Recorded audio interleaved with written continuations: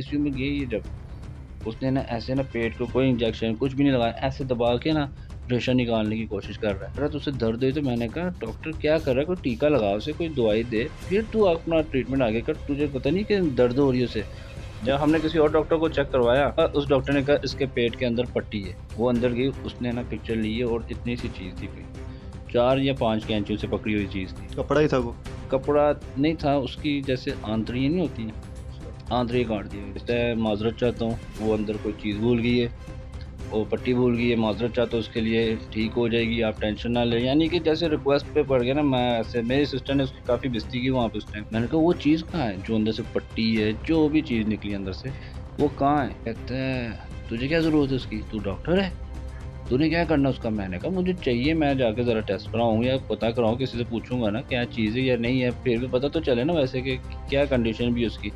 तूने क्या करना, तू डॉक्टर है। उस रात को वो पाँव पड़ रहा था मेरी सिस्टर के हमारे। अस्सलाम वालेकुम नाजरीन, मैं हूं आपका होस्ट आसिफ अली और आप देख रहे हैं नूर पाकिस्तान। नाजरीन, सियालकोट के एक प्राइवेट हॉस्पिटल में डिलीवरी का ऑपरेशन होता है, लेकिन वहां पर जो डॉक्टर हजरात हैं उनकी जानब से गफलत की जाती है और ऑपरेशन के बाद टॉवल अंदर रह जाता है। और उसके बाद ये भी कहा गया था कि कैंची भी अंदर रह गई थी।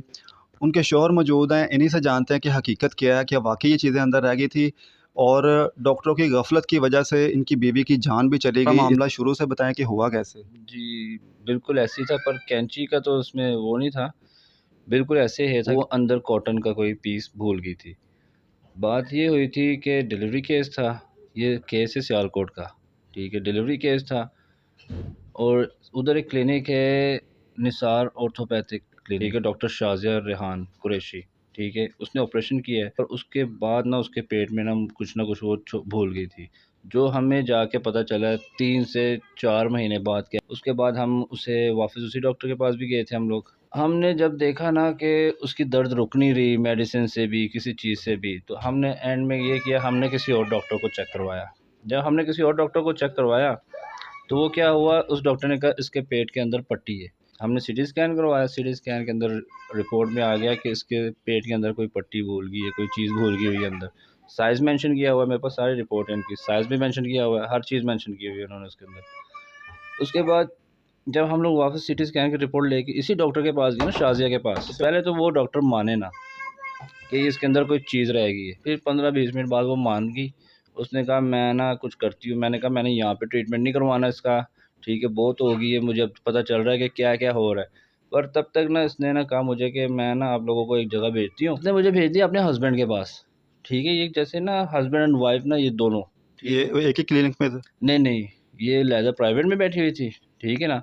और वो इमरान इदरीस हॉस्पिटल वहाँ पे कैंट में है, ये वहाँ पे बैठा हुआ था। अब हम लोग जब इसके इसने हमें वहाँ पे भेजा, हम तो पहले एक तो बड़ी जल्दी वहाँ पे पहुँचे, उसके बंदे ने देखे रिपोर्टें, पहले उसने ना और लोगों की देखी, अल्ट्रासाउंड करवाए, काफ़ी जगह से हमने करवाई थी, सारी रिपोर्टें मेरे पास है। तो देख के कहते हैं ये किस पागल ने ऐसे ऐसे ना किया है, इतनी अल्ट्रासाउंड इतने शॉर्ट टाइम में नहीं होती, तो इतनी क्या ज़रूरत पड़ गई है।